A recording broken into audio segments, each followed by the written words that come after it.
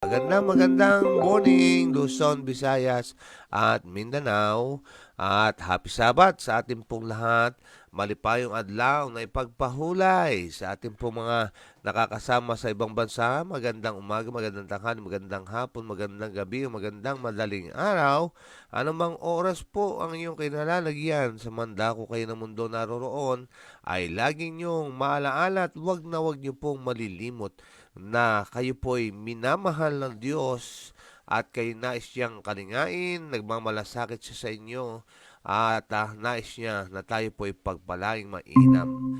Magandang umaga sa ating pong mga nasa Google Meet, ang ating mga kamanggagawa sa Panginoon. Magandang morning po sa inyo, lalo na ang ating pong hindi nabati kanina. Magandang morning and happy Sabbath at Tilita at kayo din sa inyong pong buong family. Good morning po. Happy Sabbath po sa lahat. God bless us all po. At Elder, thank you po sa mga prayer. Magaling na po yung aking apo. At si Jaisel naman ay maayos na pong nakarating po sa Qatar. Thank you po. God bless. Amen and amen. Ay ating pasalamatan ng ating pong mahal na Panginoon Diyos at tunay na ang ating pong Diyos ay buhay, nakikinig, at may kahandaang tumugon sa bawat panalangin pinapailan lang. Yan, atin pong binabati rin ang ating pong mga nasa FB Live, ang maagang nagsipag-tune in at naglagay ng kalamang komento. Binabati natin si Sister Imelda. Yan, showers of blessing to all. God first morning everyone. Happy, holy, blessed Sabbath.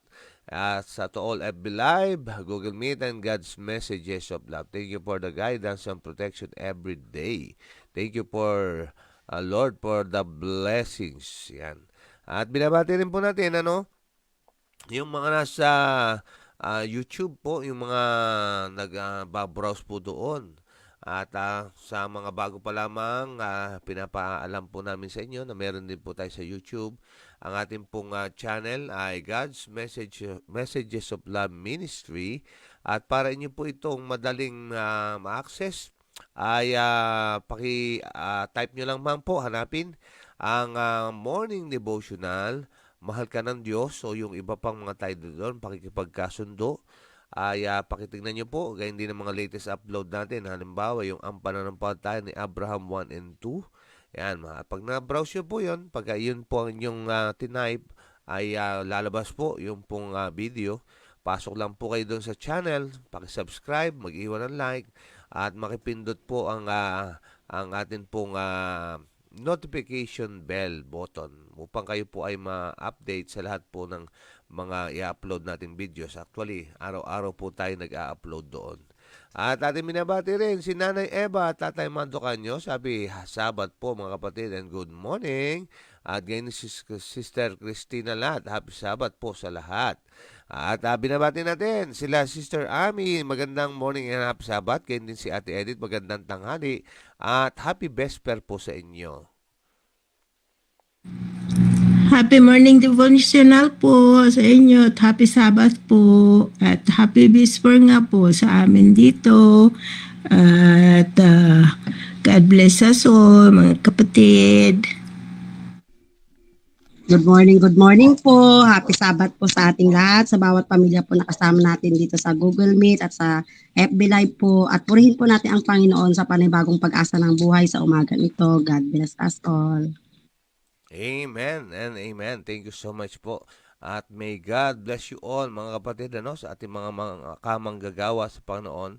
At ang aking dalangin, till Jesus comes, wala pong bibitiw, mga minamahal ko, kung nariyan ang Diyos para sa atin, nawa nariyan din tayo para sa Kanya. At ating pong binabati ang mga nagsipag-komento, nag-react, nag-share, at nanood ng video kahapon. At sa bawat mga 777 prayer po natin, binabati natin si Sir Raul de Castro, Sister Flor Sanoria, Sister Gemaline Haylar, Sister Jennifer Casimo, Romel Sabino, Nanay Aurora Erenya, Sister Eunice Lim, Sister Biolis Paragera, Manang Melda Gustilo, Brother Marlon Bendo, Brother Edelberto Corsanes, Boss JJ Vlog, Domingo Santiago Ligaya, alam ko parang taga Aurora po sila, At thank you so much po, Brother Domingo, sa inyo pong patuloy na pagsubaybay. At Tita Gloria Garcia, at ganyan po Sister MJ, at ganyan din si Nenette Gregorio Binasoy, at ganyan din po si ang aking inaanak, si Junmi Ramirez, at ganyan din si Mark Perly Garcia at Nick Bellegas, at ganyan din si Tonton Agulto. At binabati rin natin ang ating pong kinabibilangan distrito, ang South Bataan District, sa panguna natin District Pastor, Pastor Ray Escabusa, at ang mga churches na kapalob dito, ang mga taga-Biyaan, Ipag, Hillview, Limay, Lamao Mission Group, at ang mga taga-Orion. At binabati rin natin ang pinabibilangan po nating Area 3. At ang panguna po yan ng ating area coordinator, Pastor Markil Sarabia, ang mga taga-Bataan, Olongapo at mga taga-Sambales. At binabati rin natin ang ating mga kamag-anakan sa Diego, Villacorte, Kiambao, Galarse, Santos Clan ni Sister Melda. Ang ating mga kasamahan sa hanap buhay mga katubig, tayo na po ay gumising na at kami kayo naanyahan na tayo po ay mag-morning devotional. At gayon din natin pong binabati at pinasasalamatan ang ating pong mga sponsors and followers. Thank you so much po. At sukulang ang pasasalamat sapagkat nariyan kayo at paratian na sumusubaybay at sumusuporta. May God bless you po. At gayon din, happy birthday, maligayang kaarawan. Ang sabi ng happy birthday ngayon ng aming kasamahan sa hanap buhay, Rolando Diala. Nawa marami pang birthdays ang iyong maging masumpungan na pinuno ng blessing ng ating pong mahal na Diyos at ang kanyang pagpapala ay sumainyo. At ngayon din ay pinasasalamatan natin at nais nating i-bless ang mga ating pong masisipag, masisigasig, matyaga nating sharers. Sila Sister Jennifer Casimo, Ate Sara Lim, Sister Melda Diego, Ate Senis Talita, Ate Juby, Sister Pere Reyes, Sister Mary May Espiritu, Sister Nora Arena, Sister Maylin Basea, at gayon din ang Advent Talks ni Brother Kim Mikit-Pikit. Ayan, thank you so much po. At naman marami pa po maging kagaya po ninyo na habang nabibless ay nag-share din naman. At atin pong binabati rin si Sister Arsenio Merioles. Happy Sabat po sa lahat mga kapatid. At gayon din po ating binabati rin si Tatay Ricardo at Nanay Lita Bacobe. Good morning po. Happy Sabat po sa lahat. God bless us all. At gayon din natin binabati rin po Sister Mary May Doliosa Espiritu. Shout out po sa mga taga-Ipag. Yan, kamusta po? And God bless po sa inyong pong ministry. Thank you so much sa suporta, Sister Mary May. May God bless you po. At kamusta sa ating pong favorite singer, si Baby Adi. Masipag mag-aral si Baby Adi. Ayan, thank you so much. Okay, so time check. Ang oras po natin, alas 5:53 na ng umaga. Kaya nga po tayo po ay bumangon-bangon na, gumising-gising na at hali na po. Tayo po ay mag-morning devotional na. Isama na po ang buong family, walang maiiwan, lahat kasali. At tayo magtungo sa altar ng Panginoon at magkakasama, nagkakaisa sa ilalim ng bandera ng ating Prinsipe Manuel. Atin sasabihin, as for me and my house, we will serve the Lord. Bago tayo umusad, tayo po muna ay manandaling manalangin. Dakilang Diyos, handa na po kaming tanggapin ang iyong pong maagang almusal na inyong inihain para amin pong pagsalusaluhan. Espiritual na pagkain na magpapalakas sa amin, magpapalusog, bubuhay ng aming panampalataya, gigising ng aming natutulog na damdamin. Kaya nga po ang banal niyong Espiritu nawa, ang inyong igawad sa bawat isa, gaya ng pangako po ninyo, na ito'y ibubuhos Diyos sa malaki at maliit na mga pagtitipon, ang huling ulan, amin po maging karanasan na kami po ay handa sa pakikinig, lalong-lalo na po sa pag-unawa at pagtanggap ng iyong mga katotohanan na siyang magpapalaya sa amin at ang iyong katotohanan na iyong salita siyang babanal at babago na amin po mga buhay para sa kabubuti at para sa babanal namin, O Diyos. At may karoon kami nakahandaan sa nalalapit niyong pagbabalik at ang pagdipat dyan sa sangkalangitan.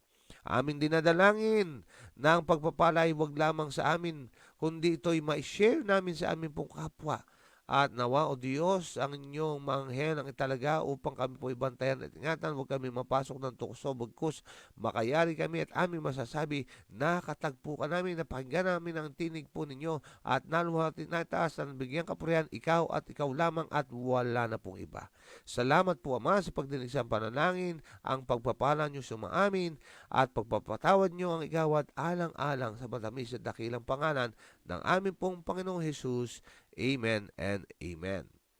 Okay, so hayaan nyo po natin pong i-share sa screen ang ating pong pag-aaralan ngayong umagang ito. Yan, hagdan ng langit. Yan po ang ating pong pag-aaralan. Ano po? Yan ngayon po ay July 12. Yan po ang ating pong aralin ngayon. Wait lang po, i-share ko rin sa akin para mabasa ko. Okay, so yan po.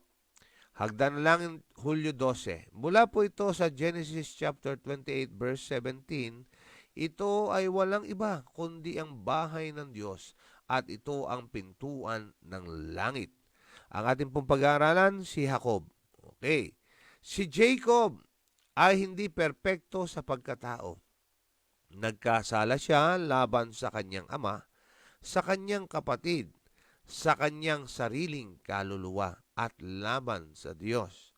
Yan, natapos po natin si Abraham at si Isaac at ngayon naman ay dadako na tayo kay Jacob at yung kanya pong kapatid na si Esau, no po, para lang po tayo magkaroon ng idea, ay kambal po ito, no po, na kung saan ay ang panganay sana ay itong si Esau at nagkaroon po ng mga ika nga ay dayaan sa pagkapanganay.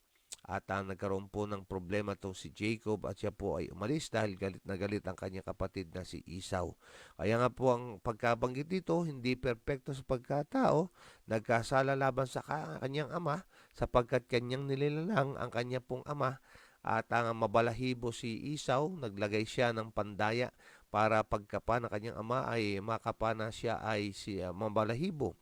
At nagluto siya ng masarap na pagkain upang ang basbas sa pagkapanganay ay maagaw sa kanyang kapatid.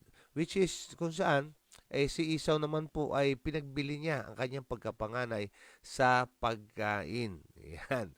Kaya nga po, yan po ang inuna po na introduction ng ating pong babasahin, ano? Para lamang tayo po ay mabigyan na maging makarelate tayo. Kaya natin sinaysay kung ano po yung kwento. Okay, ito po ang sabi. Tapat na tinala ng inspirasyon ang mga kamalian ng mabubuting tao. Yaong mga nakakakilala sa pamagitan ng pabor ng Diyos. Sa katunayan, ang kanilang kamalian ay higit na ganap na naitala kaysa sa kanilang mga katangian. Kung titingnan niyo po natin ang pag-aaralan, mga kapatid, ano? Partikular, halimbawa, kung kayo po'y sumusubaybay sa 777 prayer, nakita natin sang katutak ang mga pagkadapa nito pong si Haring David. At tama po yung ating pong binabasa, mga minamahal ko, no? Mas marami yung naitatala na kanilang mga kamalian, yung kanilang mga pagbagsak, yung kanilang mga pagkakasala. At tunay nga na dahilan dyan, nakikita natin ang pag-ibig ng Diyos, ang habag niya at awa, ang kanyang biyaya, mga kong kapatid. Yan po ang dinadala sa tuwing ating nasusumpangan na itong mga tao ng Diyos na ito, kagaya natin, mga naman ko, no, maraming kapintasan at lagi-laging nadarapa. Ngunit gaya nga nang nababanggit natin, hindi po ang mahalaga ay yung pong pagkadapa natin. Ang binibilang po at pinapahalagahan kung paano ka bumangon matapos ang iyong pagkadapa.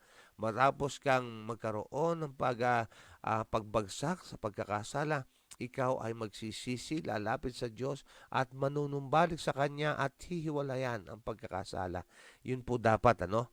Ang sabi dito, sa ating pong pagpapatuloy, balik tayo, sila ay sinalakay ng mga tukso at madalas na nanadaig ng mga ito. Ngunit sila ay handang matuto sa paaralan ni Kristo. Kung ang mga karakter na ito ay ipinakita sa ating harapan bilang walang kapintasan, ito ay may posibilidad na mapanghinaan tayo ng loob sa ating mga pagsusumikap sa katwiran. Ito ay nagpapakita ng Diyos ay hindi sa anumang paraan ay aalisin ang nagkasala. Ano pong dinadala sa atin? Gaya ng nabanggit ko, no, mga kapatid. Kung ang pagpo-project ng Biblia dito sa mga lingkod ng Diyos na ito ay hindi pinakita ang kanilang mga pagkakamali, ang kanilang mga pagbangon, ang kanilang pagsisisi at panunumbalik sa Diyos, ano pong mangyayari sa atin? Ano po ang pagkukunan natin ng lakas ng loob? Ano po ang pagkukunan natin ng pagtitiwala at pananampalataya sa Diyos? Paano natin makikilala siyang higit na siya ay mabait, mabuti, mapagpatawad, mahabagin, puno ng awa, mga minamahal ko? Kung hindi gayon na atin pong nakita ang mga aral na ito sa buhay po ng mga naunang mananampalataya. Kaya salamat sa Diyos, tayo po ay binibigyan niya ng mga inspirasyon, pagpapalakas ng loob, sa pamamagitan po ng pag-aaral ng mga buhay na kinabuhay nito pong mga lingkod ng Diyos na ito. Ang sabi dito, nakikita niya ang kasalanan sa kanyang mga pinagpapaboran at pinarurusahan niya sila ng higit na tiyak kaysa sa mga may kaunting liwanag at pananagutan. Ngunit sa kaibahan ng mga kasalanan at kamalian ng sangkatauhan ay pinakita ang isang perpektong katangian, ang anak ng Diyos na nagbihis ng kanyang pagkadiyos ng sangkatauhan at lumakad bilang isang tao sa gitna ng mga anak ng tao. Ayan. So ano pong binibigay sa atin? Ano po? Opo, tayo ay pinapatawad ng Diyos, na intindihan niya tayo, naunawaan niya, at yung atin pong mga paghiling sa Kanya ng pagpapatawad, at tunay na may kahandaan siyang igawad ito. Pero ang kinakailangan po ay yung pong konsekwensya. Mga kapatid, mamaya siguro atin pong pag-aralan, yung pong mga consequences of sin, yan po ay pinahihintulot ng Diyos na atin po maging karanasan. Pinatawad ka, pero yung konsekwensya, iyo po mararanasan. Bakit? Sapagkat ito po ang paraan upang tayo po ay matuto. Gaya po, ako, nung ako'y lumaki, akin po na-appreciate ang aking pong lolo. Ako po kasi laki sa aking pong mga lolo't lola. Actually, ako'y pinangalan sa kanilang apelyido po. Lumalabas na sila yung mga magulang ko. Ang aking lola ay masasabi nating bulag sa kanyang pagmamahal sa akin. Labis ang kanyang pagmamahal sa akin. Nanupat yung mga pagkakamali ko, yung aking mga pagsalangsang ay pinagtatanggol ako ng aking lola. Sa isang tingin, sa isang bata, makikita mo na talagang kakampi mo. Pero kapag ikaw ay lumaki, ma-appreciate nyo po yung kung walang lumatigo, kung walang lumatay sa puwit ko, ay nako, mas lalo sigurong matindi ang aking pong abuting mga katsulitan, sapagkat ang aking lolo po ay hindi niya pinagkait ang disiplina. At yun po ang aking pinagpapasalamatan, na sa pamagitan nun, natandaan ko na hindi pala dapat ganun ang gagawin. At ang sabi nga nun sa aking lolo, "Hoy, kakausapin ka na ng iyong kapatid, ng iyong kuya." Yung kuya ko po nang binabanggit niya, yun po yung pangamot na kawayan. Kapag po ako ay merong katsulitang ginawa, ay talaga namang yun po ang nadadampi sa aking pong puwitan. Yan. Okay, so yan po mga minamahal ko, yan po ang dahilan kung bakit ang consequences of our sins ay kailangan natin maging karanasan upang tayo po ay maturuan. Ating matandaan, nako, ganito nangyari nung ginawa ko ang mga pagsalangsang. Upang sa gayon, sa susunod ay hindi na natin gagawin. We learn from our mistakes. Atin po kakalimutan yon at titigilan yon. Ang sabi dito, nakuha ni Jacob sa pamamagitan ng pandaraya ang pagpapalang disenyo para sa kanyang kapatid. Yan po yung binanggit natin kanina. Ipinangako ng Diyos sa kanya ang pagkapanganay, at ang pangako ay natupad sana sa tamang panahon kung handa siyang maghintay. Alam nyo, yan po nagiging problema, mga kapatid. Kapag ang Diyos ay nangako, ang ating pong madalas ang ating ginagawa, yung pangako ng Diyos, tinutulungan natin na parang tila baga walang kakayanan ng Diyos na tuparin ang kanyang pangako.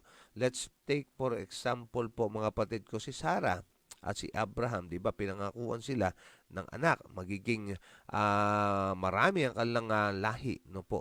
Ngunit ano ang ginawa? Ang ginawa ni Sarah ay yung kanyang lingkod na si Hagar ay pinasiping kay Abraham. Na ang thinking niya ay yung kanilang magiging anak ay magiging anak nila na iyon ang ipinangako ng Diyos. Sapagkat bakit? Sapagkat sila po ay matanda na nung sila ay pangakuan. Tinutulungan ang Diyos sa kanyang pangako.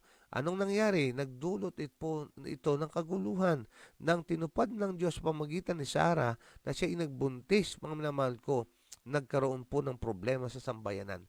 Pinalaya si Hagar. No? Nagselos kay Ismael. Kaya nga po mga kapatid, maghintay. Matyagang maghintay sa pangako ng Diyos. Opo, paniwalaan natin, panghawakan natin ang kanyang pong pangako, ang kanyang mga salita. Ito'y kanyang tutuparin. Ang sabi ng Biblia, magiging gayon ang kanyang salita. Hindi ito babalik ng walang bunga at ito ay babalik na tutuparin ang layunin ayon sa pagkasugo nito. Po, yan po dapat, si Jacob hindi po ganun, no po, nainip at siya po ay gumawa ng paraan upang ang pangako ay kanyang makamtan. Ang sabi dito, sa atin pong binabasa pa, ngunit tulad ng marami na ngayon ay nag-aangking mga anak ng Diyos, wala siyang pananampalataya at inisip niya na kailangan niyang gumawa ng isang bagay sa kanyang sarili sa halip na ipaubaya ang mga bagay sa kamay ng Diyos. Habang hinahabol niya ang kanyang malungkot na daan, siya ay lubhang nalugmok at nasiraan ng loob, ngunit hindi lubos na pinabayaan ng Diyos si Jacob. Ano pong sabi? Mga kapatid, ito po'y makarelate tayo. Marami ang nag-aangking mga tagasunod ng Diyos. Marami ang nag-aangking mananampalataya ng Panginoon. Ngunit kagaya ni Jacob, mainipin at walang tiwala sa Diyos. At hindi nagpapaubaya sa na ang mga bagay-bagay ay ilagay sa kamay ng Panginoon. Ganon din tayo madalas, mga kapatid ko minamahal, na yan po ang nagiging atin pong Kaya nga napakahalaga itong ating mga napakikinggan. Sabi nga ng aming pag-uusap ni Brother Dong, ay ating pasalamatan na gabi't araw ay meron tayong napakikinggan. Ito po ay blessing sa atin sapagkat nagpapaalala sa atin, mga minamahal ko, ang ating pong mga pinag-aaralan. Ginigising tayo mula sa ating pong spiritual na pagkatulog. Okay, so anong pong nangyari? Hindi pinabayaan si Jacob, bagaman ganun ang nangyari. Ang kanyang awa ay pinaabot pa rin sa kanyang nagkakamali. Walang tiwala na lingkod. Bagaman kanyang pinahintulutan ang mga pagdarusa na dumating sa kanya hanggang sa matutunan niya ang aral ng matyagang pagpapasakop. Yan po, mga minamahal ko, ang napagandang mapakinggan natin. Opo, nagiging karanasan din natin ito. Nangyayari din sa atin ito, pero bilang mga aaral ng ating mahal na Diyos ay ating ipagpasalamat ang mga bagay-bagay na nagiging karanasan po natin sapagkat ito'y pagtuturo ng Panginoon. Sabi nga rejections are God's redirections.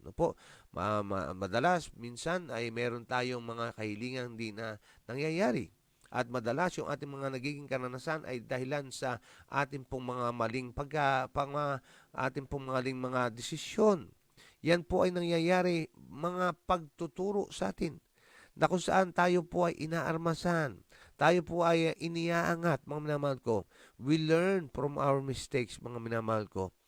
At nawa ito din na maging angkop na katangian na makita sa bawat isa sa atin. At tandaan, ang ating pong Panginoon Diyos ay tunay nga na laging may kagandahang loob. Ang sabi dito sa ating pong binabasa pa, okay? Ang Panginoon ay may kagandahang loob at mahabaging inihayag kung ano ang kailangan ni Jacob. Isang tagapagligtas, palibas ay pagod sa kanyang paglalakbay, humiga siya sa lupa na gumagala na may mga bato para sa kanyang unan. At habang siya'y natutulog, binigyan siya ng Panginoon isang pangintain. Nakita niya ang hagdan, maliwanag na nagniningning na ang base ay nakapatong sa lupa habang ang tuktok ay umaabot sa langit. Sa hagdan na ito ay umakyat at bumababa ang manghel at sa itaas nito ay ang Panginoon ng kalwalatian. Ano po ang sitwasyon dito? Ano po ang senaryo? Nariyan siya, tumakas sa kanyang galit ng kanyang kapatid at nagkaroon siya ng mga pagdurusa, paghihirap sa kanyang paglalakbay palayo sa kanyang pong mga minamahal na nanay. Ano po? At palayo sa kanyang ama, sa kanyang pong kinagisnan, kinalakihan. At narito, siya po ay nag-iisa at parang tila pinagsakluban ng langit at lupa. Ngunit narito ang Diyos sa kanyang kalwaltian, sa kanyang pag-ibig, sa kanyang kagandahang loob, sa kanyang habag at awa, ipinakita sa pamagitan po ng pangitain o sa pamagitan po ng isang panaginip kung papaanong ang Diyos ay umaabot sa sangkatauhan. Gaya din po ng aklat ng Genesis nung sa una po sa pagbagsak ng sangkatauhan, ang unang naghanap ay ang Diyos po. Siya ang gumawa ng hakbang, ng inisyatibo upang abutin ang sangkatauhan, kagaya rin po ng nangyari kay Jacob. Mga namal ko, ipinakita ng Diyos na hindi pa huli ang lahat. Ipinakita ng Diyos ang bukas pa rin ang langit upang ang taong nawaglit, ang taong nagkasala ay makapanumbalik. Yan po, mga namal ko, ang panaginip.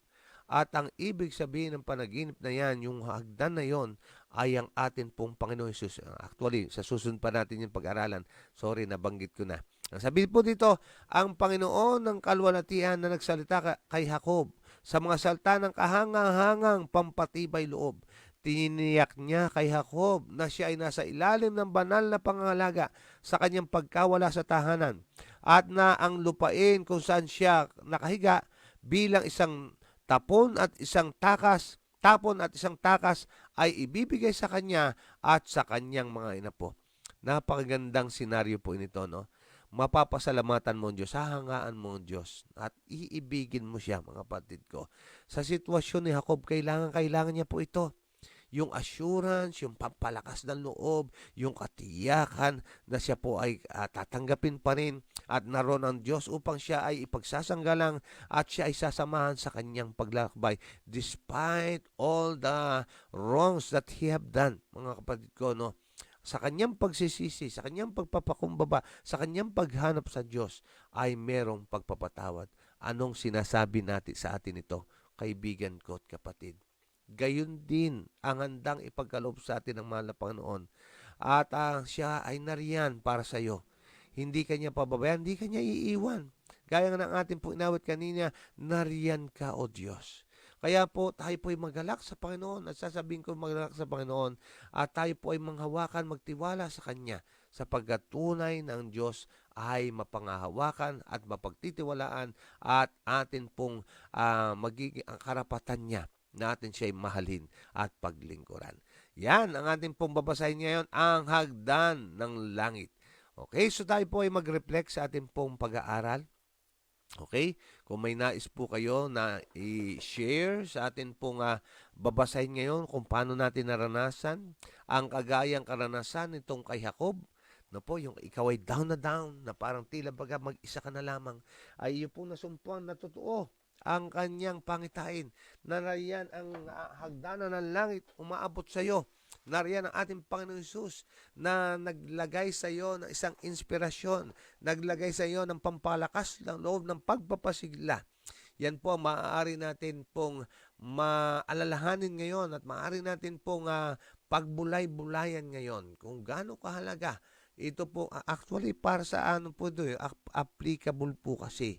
Yun pong pangitain na yon o yung pong panaginip na yon, na yun pong hagdan ng langit mula yung base niya po ay lupa at humahantong sa kalangitan na kung saan ang mga anghel ng kalangitan ay nagbababa at pumapanik-panaog.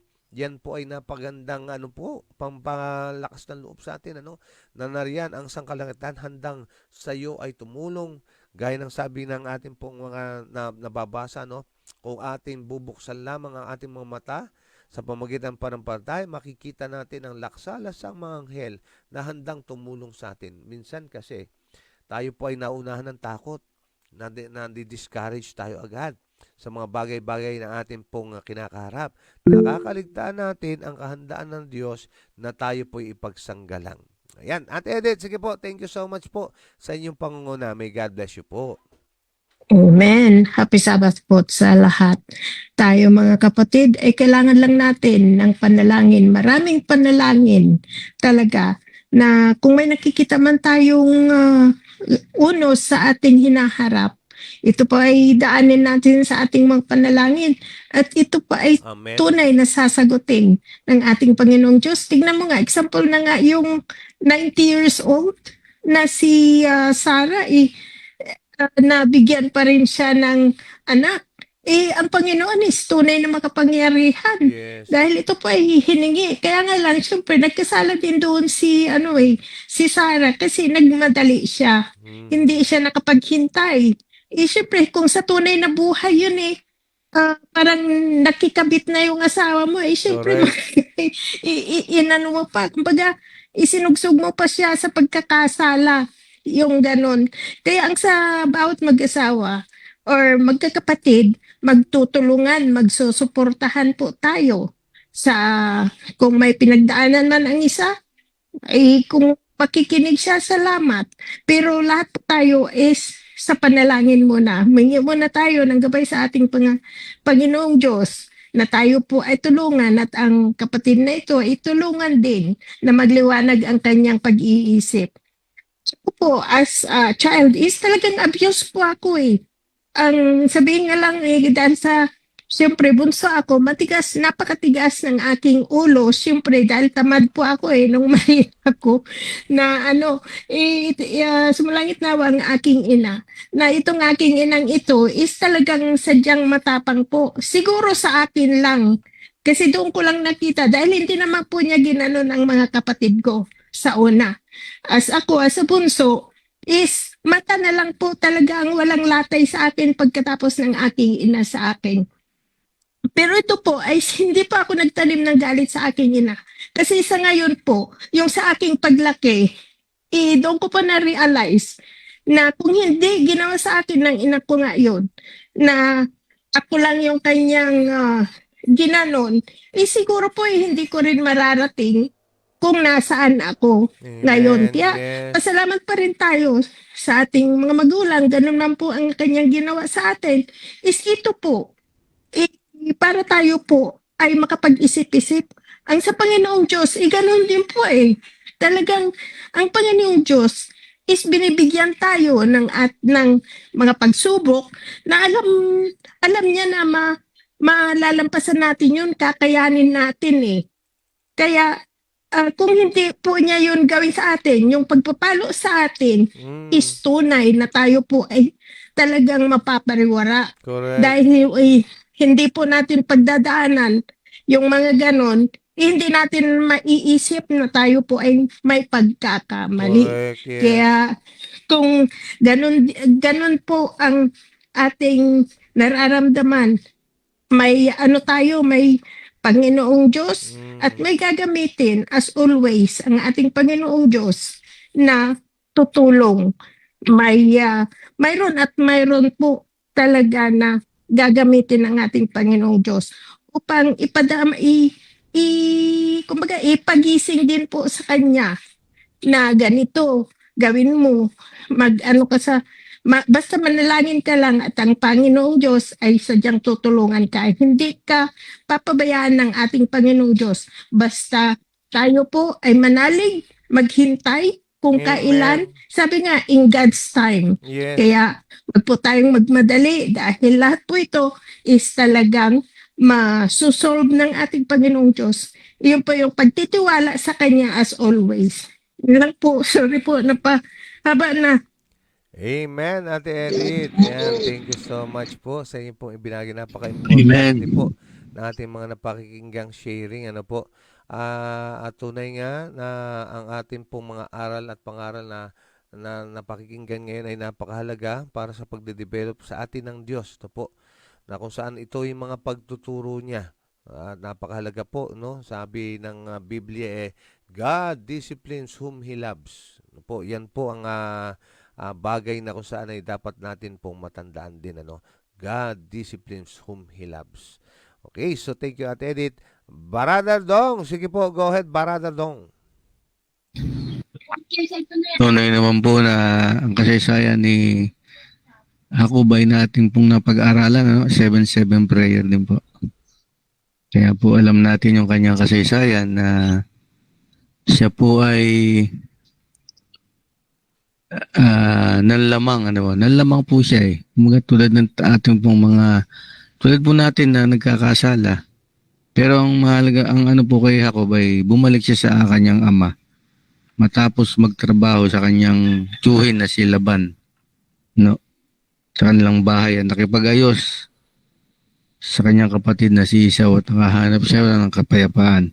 So ito pong hagdan naman sa papuntang langit, para po sa akin, ito po yung sumisimbolo sa Panginoon at sa tao, ano po, na ang Panginoon ay patuloy na inaabot ang tao sa pamamagitan ng kanyang hagdan upang ipakita ang kanyang komunikasyon sa lupa at pagpapala at pangako, at pinapasimbolohan din na hagdan ng presensya ng Diyos.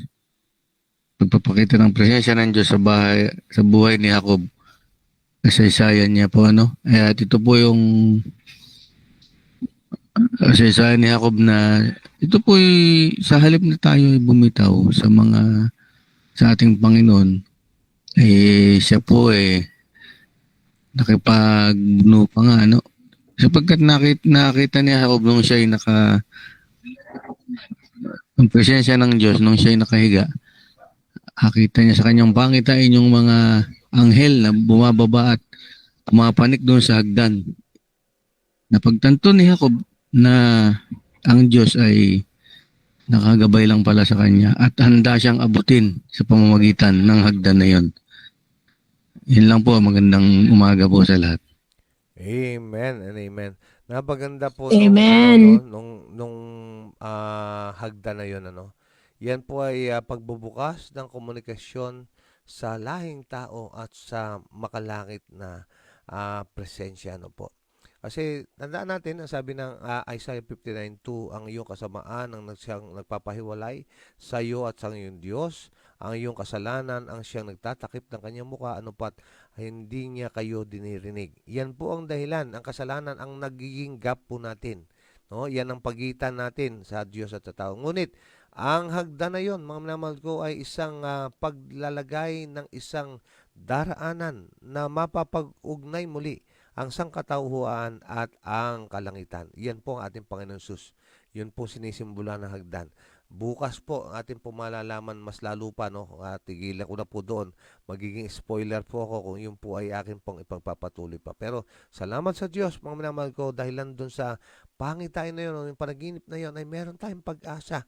Sapagat para sa atin po at hindi lang para kay Jacob, yun po kanyang pangitain na yun ng panaginip. Okay, thank you, Brother Dong. Sister Imelda, sige po, go ahead. Mapagpalang araw po sa ating lahat, mga kapatid. Si Jacob po ay isang makasarili na tao. Pero nung nakakita po siya ng mga pangitain na pinakita sa kanyang panginiginip, ay siya po ay sumunod. Kaya dapat tayo maging ganun din tayo, mga tao na nagkakaroon din tayo ng mga pangitain sa buhay. Ang Diyos handa siyang tumulong sa atin sa mga nararanasan natin. Sa amin lang po yung naranasan namin kahapon sa BGH, di ba po nung after ng morning devotional na mag-prayer ako na nanghingi ako ng guide sa kanya sa Panginoon na ako'y makarating doon ng malwalhati purihin ng Panginoon. Ako'y nakarating doon, ang dami-dami na pong tao, number 57 po ako. Tapos paano po napakabuti ng Panginoon yung sa bawat clinic na inyong pupuntahan, naging number 2 po yung aking pasyente. Kaya purihin ng Panginoon. Pag ikay nagtitiwalat ng hahawakan sa Panginoon, hindi kanya pababayaan ano man ang yung mga pagdaanan. Matagal man na proseso, dapat tayo po'y manatiling nandoon na nakano. Kasi hamak nyo po after na nandito, pag madaling araw, malis na. Tapos, ang tagal-tagal ng alam niyo po ba, na-release yung papers, alas 11 na. Tapos, ang check-up 1:00. Talagang, syempre, yung mga taong nandun na naghihintay, iba't ibang klaseng may mga karamdaman, makikita nyo kung gaano sila kasidhi na makapagpatingin sa doktor. Kaya tayo, maging ganun din po tayo na maging maalab po tayo sa Panginoon. Huwag po tayo mawawalan ng pag-asa. Ang tanging pag-asa lamang po natin yung Panginoon. Sa kabila ng mga karanasan natin sa buhay, makikita nyo ang mabuti ang Diyos sa lahat ng oras. Siya yung tutugon upang ikaw ay matignan, ikaw ay pagalingin sa iyong mga karamdaman. Pinupuri ko ang Panginoon dahil napakabuti niya sa tiyahin ko. Lahat ng result ng CT scan, ng ECG, na to the echo ay normal. Kaya may awa ang Panginoon na makakapag-chemotherapy muli po kami. Talagang ang papuri sa Panginoon, may mga nangyayari man sa ating buhay. Huwag tayong bibitiw dahil marami pong trials and tribulations sa ating buhay. Nariyan ang kalaban na ikaw ay pahinain, pero ang kalakasan natin ang tanging Panginoon lamang. Kaya dapat po huwag po tayong susuko mga kapatid, laban lang dahil ang laban ay ang Panginoon ang siyang mag-aano sa atin. Ang pagtatagumpay ay tanging sa Panginoon lamang. Kaya purihin ang Panginoon sa mga oras na ito sa kanyang kabutihan. Marami man po tayong mga pinagdaraanan, pero ang Panginoon hindi ka iiwan kailanman. Siya ang Diyos na buhay na handang tumulong sa bawat isa sa atin. Mapagpalang umaga po sa ating lahat at happy Sabbath po. Amen. Thank you, Sister Imelda, sa iyo pong testimonya ng kagandahang loob ng ating pong Diyos at katapatan ng Panginoon. At mga kapatid, ang isang takeaway ko rin dito, ako relate po ako dito. Sapagkat ako po laki sa lola at sa lolo, ay nakaugalian ko po na kung ano ang aking sabihin ay kailangang mangyari. At ako po sadyang napakainipid, mga kapatid ko, no? Kagaya ko si Gia. Ayan. Ganyan-ganyan po ako. Hindi ako marunong maghintay. Gusto ko ay agad-agaran ay nariyan siya. Pero alam nyo, sa pagtuturo ng Panginoon, ay tinuruan niya tayo na huminto sandali, magbulay-bulay, atin pong tingnan ang mga bagay-bagay, huwag magmamadali, at hayaan ang Diyos na siya ay gumawa at manguna. Kasi yung atin pong pagtulong sa pangako ng Diyos, doon po tayo bumabagsak. Kagaya po ng ating pong pinag-aaralan, si Sarah, ating pong pinag-aaralan, si Jacob, na pinangkakuan ng blessing ng pagkapanganay, ngunit ginawa niya sa kanyang sarili yung pong gawain. Opo, nasa Diyos ang awa, nasa taong gawa. Pero hindi po ibig sabihin nun, uunahan mo ang Diyos sa kanya pong mga plano sa iyo. No po? Sapagkat kapag gano'n nangyari, ay magiging problema po natin yon kapag inunahan natin siya ayon po sa niyang saloobin. Ang kailangan lang po natin ay matutunan nating maghintay. Matutunan natin ang maraming prayers, no po, na tayo hinto at aalamin, Panginoon, ano po ba ang balak po ninyo? Ano po ba ang maganda kong gawin? Inyo pong bigyan linaw sa akin, mga minamahal ko, ang mga bagay-bagay na yan. Ngayon, mga kapatid, huwag nating expectin na agad-agaran ay yung pong hakbang na 10 ay ipapagkaloob sa iyo yung hakbang na 10. Minsan, mga minamahal ko, kailangan tayo humakbang sa pananampalataya. Paano natin gagawin? Bagaman walang malinaw na pinakita ang Panginoon, pero ang pamantayan, kung ito pa'y gagawin ko, ayon ba ito sa pamantayan ng Panginoon? Kapag ang sagot po'y hindi, huwag niyo po nang gawin. Huwag niyo na pong ituloy. Pero kung ang sagot po ay oo, ito ay ayon sa pamantayan ng sabi ng Panginoon.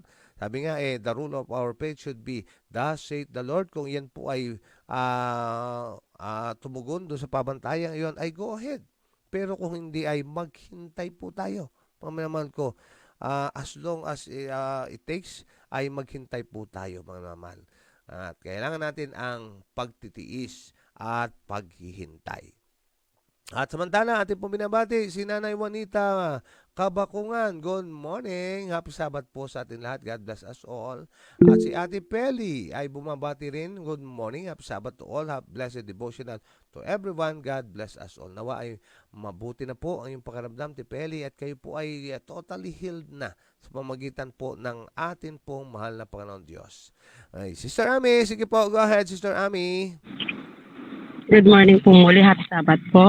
Ano lang po, dito nga po ay makikita natin na sa ating pong pag-aaral, not in our time, but in God's time. Yun lamang po. Amen, Sister Ami. Thank you so much. Alam nyo, madalas nating napapakinggan ang mga talinhaga, ginagamit po ang mga pagtatanim. Alam niyo kung bakit? Kasi ang mga nagtatanim, nariyan po yung mga pagtsatsaga, yung mga pagtitiis. No po, yan po ay talaga namang tama yung sabi ni Sister Ami, ano po, yung not in our time but in God's time. Sapagkat ang oras po ng Diyos ay yan po ang perpekto at tama laging panahon. Thank you, Sister Ami. Okay, Ate Rita, sige po, go ahead. Okay, good morning po at maraming salamat sa mga nauna. Natumbok na po ni Kuya Dong ano po, na walang ibang hagdan tayo patungo sa Ama kundi ang ating Panginoon. Siya po ang Amen. sinisimbolohan ng hagdan na yun. Pero bago po siya pumunta doon sa ganong sitwasyon si Jacob, alam naman po natin yung ugat. Kaya po siya nagkaroon ng pagkakaasala sa kanyang magulang, sa kanyang kapatid, ay sapagkat yung mga magulang po ba yung merong pagtatangi-tangi? Ano kaya iwasan po natin mga magulang yung ipakita. Bagamat minsan talagang, kasi kung sino yung masunurin, yun talagang minamahal natin. Pero dapat talaga wag ipakita sa bata. Kasi ganyan ang naging ano nila eh. Kaya ayun, nagkahangad. At yung isa naman, walang pagpapahalaga sa pagkapanganay. Pero ang maganda kay Jacob, ano po mga kapatid, nung na-realize niya, talagang gumawa po siya ng paraan para silang dalawang magkapatid ay magkasundo. At dun sa panaginip niya, sabi nga niya, hindi niya talaga binitawan ang Panginoon hanggat hindi po siya ibinless. Kaya hanggat hindi po binibigay yung ating sagot sa ating panalangin, huwag po tayo manghinawa. Ibibigay po talaga yan sa tamang panahon. Manalangin talaga din tayo ng manalangin. At sa awa at tulong ng Panginoon, kung tayo tapat, ibibigay po yan sa atin ng Panginoon. Yan lang po. God bless us all po. Amen, Ate Lita. Ate Edith, sige po, go ahead, Ate Edith. Nabanggit po ni Sister Lit yung pagtatangi sa mga anak. Ako po, as isang parent, nung lumalaki po itong aking mga anak, alam nilang wala akong tinatangi kasi pag nagkasalang isa, is pareho silang may parusa. At saka kung hindi namin kinakausap ang isa lang, palaging dalawa po sila. Kaya itong mga anak ko, lumaki po sila hanggang sa ngayon, praise God, kasi alam nila na kung nagkasalang isa is pareho sila. Kahit nung nasa college po sila, malayo sila dito sa amin, talagang hindi sila makagawa. Maliban na lang kung pinagtatakpan ng isa. Pero sabi ko, magsabi na lang kayo sa akin ng totoo, hindi ako magagalit. Pero once na laman ko na nagsisinungaling kayo sa akin, is doon kayo magkakaroon ng parusa. Sabi ko pang gano'n. Kaya nasa ating mga magulang po talaga yung pagpapalaki sa ating mga anak. At gayon nga, kasi nakita nga doon kay Jacob at sa mama niya na talagang may pinanigan kasi ang mama. Kaya ganun ang nangyari, Marlon. Kaya ayun ang dapat as growing up yung ating mga anak is subaybayan na po natin sila na sila po ay yung mapalaki natin ng diretso. Wag po tayong sabihin nagkasalang isa lang talaga paparusahan ko. Pero pagka yung nagkasalang isa at pareho mo silang kausapin, malalaman nila na mali ang kanilang ginagawa. Yun lang po. Amen. Thank you, Ate Edith, sa iyo pong ibinahagi. Okay, ang oras po natin ay 6:33 in the morning. Kaya nga po tayo po ay humanda na sa ating pagtagpo sa pamamagitan po ng panalangin. Ito po ang natatanging panahon upang atin pong tugunin ang panawagan ng ating Diyos. At tayo po ay gumamit ng ating pong special power na kung saan ang kalayaang pumili. Opo, piliin po natin na tugunin ang kanyang panawagan ngayon. Ito po ngayon ay ating pong gagawin sa magitan po ng ating pagbubukas ng ating mga sarili, ng ating mga puso sa panalangin sa ating pumala Diyos. Tayo po ay manalangin na mga kapatid. Dakila namin Diyos, sa manaming banal, maraming salamat pong muli sa inyo pong pagtuturo. Napakatyaga niyo po, Panginoon. At kayo po ang Diyos na hindi nagpapabaya. Tama ang amin pong napakikinggan, kayo laging nariyan, hindi nyo kami kinakalimutan, hindi nyo kami pinababayaan. Araw at gabi, At sa gitna nito ay ganun din, Panginoon, ang iyong pong ninanais sa amin na kami po ay maturuan sa iyong paaralan, kami po ay mahubog tungo sa langit sa wangit sa larawan ng aming Panginoon Jesus, na mga bago ang aming pong mga buhay. Ang kailangan lang namin ay ang pagtugon. Nawa o Diyos, magkaroon po kami ng kahandaan na sa iyo ay laging umasa, magtiwala, maghintay. Ayon sa inyong pong oras, sa tama niyong oras, at sa inyong pong perpektong oras ay mangyari po ang inyong kalooban, hindi po ang amin. Tulungan kami na maging mapagpaubaya. Tulungan kami na lagi na lamang nagpapasakop sa inyong pong banal na kalooban. Tulungan kami na laging nagtatanong sa iyo at laging naghihintay sa inyong pong mga direksyon, sa inyong pong paggabay sa amin. Nawa o Diyos ay gaya po ng Jacob ay amin pong makita ang pag-asa na meron kami, na meron kaming Panginoon Jesus na sa amin ay laging magtutulay sa iyo at sa amin pong kinasasadlakang ito. Nawa o Diyos ay tulungan ang bawat isa sa amin pong mga struggles, ang bawat isa sa amin, Panginoon, alam nyo ang aming sitwasyon, alam nyo ang aming pinagdadaanan, alam nyo kung ano ang aming kalagayan. Kami po ay mahina, bigyan niya kami nawa ka ng inyong kalakasan. Ang may mga kalungkutan ay pagkalooban nawa ng iyong kaaliwan. Ang nawawalang pag-asa, bigyan ng isang mapalad na pag-asa. At ang may mga karamdaman, o Diyos, pinahihirapan ng mga karamdaman ay masumpungan na sa mga sandaling ito, hinihipo at hinahaplos nyo at masumpungan na sila po'y gumagaling. Hindi lamang po ang pisikal na pagkakasakit, kundi ang mental, ang espiritual, lalo na ang aming pong emosyonal, ang aming pong sosyal na pagkakasakit ay inyo nawa din pong pagalingin. At nawa o Diyos, ang inyong mga pagtuturo ay amin pong ilagay sa amin pong puso't kalooban at ito'y makita na amin pong ikinakabuhay, sapagkat baliwala ang magaganda naming napakinggan at napag-aralan kung ito po'y mananatiling impormasyon lamang na nalilimot. Ngunit nawa tulungan kami na sa araw-araw ito po'y amin pong i-apply at aming pong magiging kasanayan, magiging aming kaugalian, at later on ay magiging lifestyle na po namin.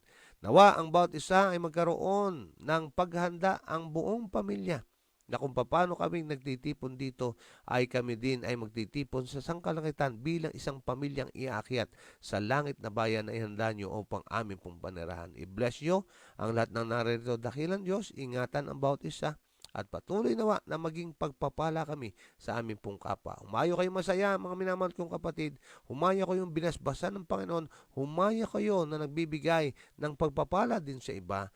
Ang lahat po ito'y atin ang tinanggap, kasabay ng pagpapatawad sa ating pagkakasala sa pagtinihiling at idinadalangin sa matamis at dakilang pangalan ng ating pong Panginoon Jesus.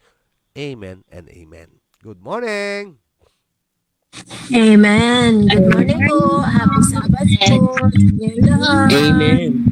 Good morning po. Happy Sabbath po ulit. Yan, thank you Amen. so God bless po much sa ating lahat. sa inyo pong pagdalo. And thank you so much po sa inyong mga pag-share. God bless everyone. Shalom. Miss pa mga kapatid. Bye-bye.